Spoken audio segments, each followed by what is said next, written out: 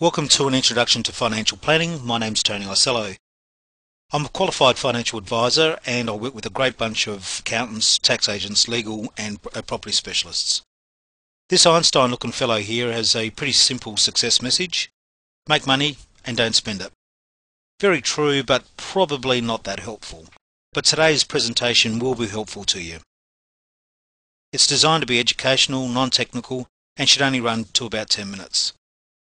We want to give you a picture of what financial planning is really about, and by the end of the session you should have a pretty good idea of what the elements are and more importantly how they fit and work together.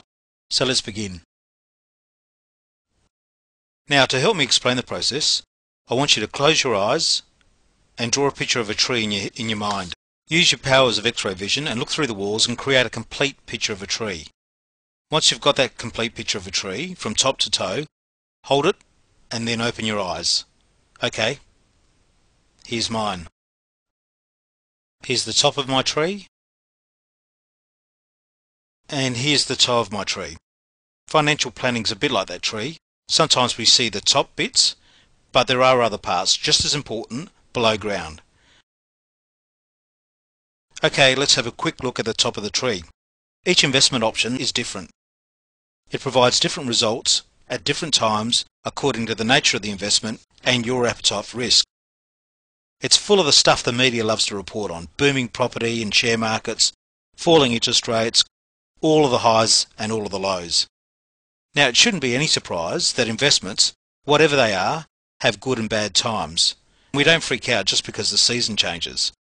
Investment results are important, very important. When people think about their financial plans, they can be misled into believing that this is the complete picture. But we know better now, don't we? There are other bits to consider. Let's have a quick look at the base of the tree. It makes sense that your tree has to be grounded and draw from the roots. There are 6 major primary roots. Each plays an individual role, but each also interacts with the other elements. So let's have a look at each one now and then return to the investment side. The first element that we need to look at is budgeting. Budgeting for a surplus. Without creating a surplus, you can't improve your position. You really must spend less than you earn. Once you have a surplus in place, you can make decisions as to where it goes. Surpluses give you choices. Review your budget often. Talk to your advisors. Maximise government incentives and benefits. Seek advice on ways to reduce tax. Review the big expenses, including interests and finance costs. Make sure that your money works harder. Automate your savings by paying yourself first. Create a surplus, no matter how small, and do it often and do it regularly.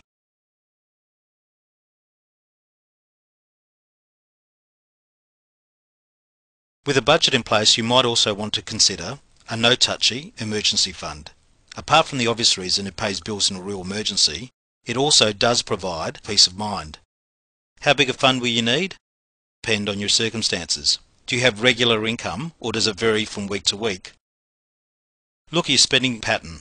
Is it high and regular, sometimes known as kids, or can you live on the basics, just bread, milk and water? Finally, how do you create it? How do you create such a fund and where will you hold it? And if you can't create a fund easily, perhaps you'll want to consider some advice in that arena.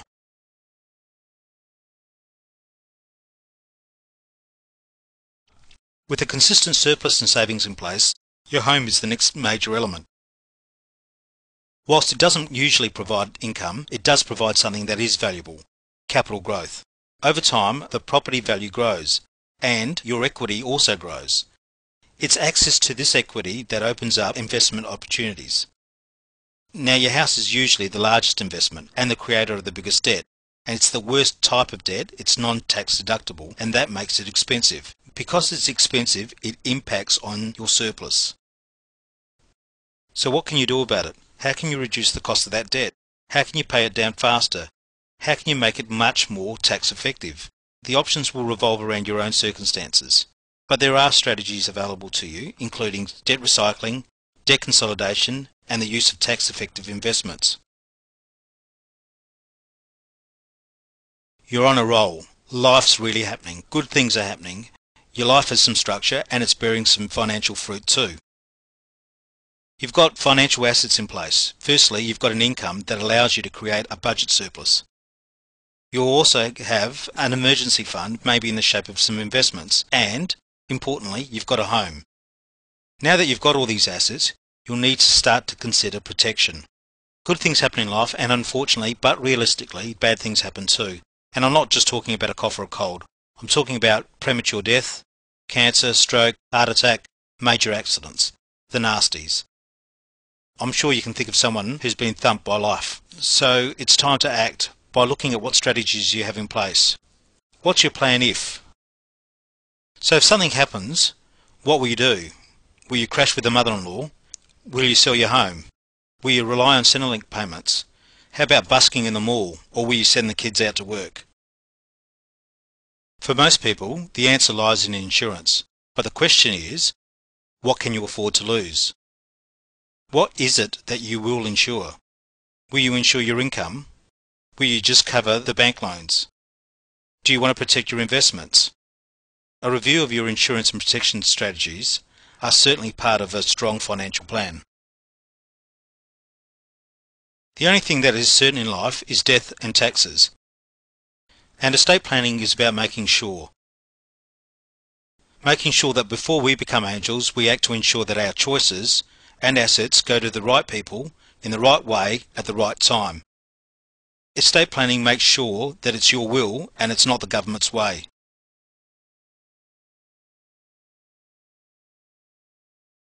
So you know you can't take it with you, and that means you're going to have to take some steps to protect your family.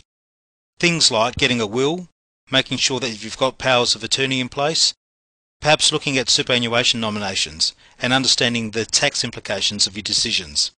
All part and parcel of good estate planning.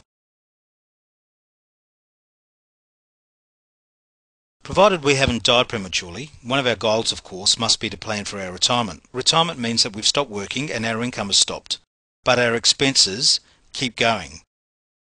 People are living longer and we could be retired for up to 30 years. So our investments, including superannuation, become very, very important.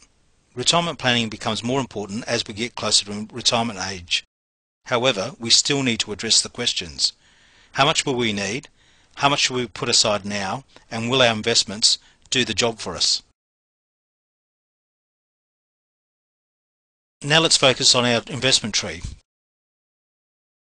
There are obviously different options with different payoffs and returns and different risks attached. Low-hanging fruit is easy to reach but not as big and maybe not as tasty as fruit higher up the investment tree. Fruit at the top of the tree is harder to reach, so we'll need to be a little bit more careful, even though it is potentially more attractive. The fruit you desire has to be relevant with your goal and your appetite for risk. The higher the risk, the better prepared you must be. You may need to be more patient.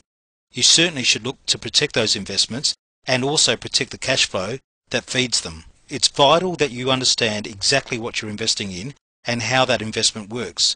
They can be complex, so ask questions. What are you actually investing for? Are you investing for the income that it provides, or do you want capital growth? Is your investment basket diversified, or are you just happy to put all your apples in one basket? What are the tax benefits and tax implications associated with the investment? Do you want to control the investments, or are you happy to have somebody else manage them? And if they are going to manage them, what sort of manager are they? Are they aggressive managers, or value-add managers, or passive managers? There are obviously lots and lots of questions to ask, so seek advice. Investment planning is a living and ever-changing dynamic tree.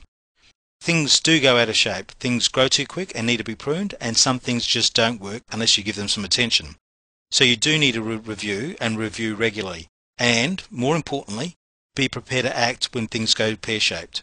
Things that can trigger a review are changing careers and redundancy, divorce and marriage breakups, growing families, death or sickness, changes to the investment climate, changes to tax rates and rulings, interest rate changes.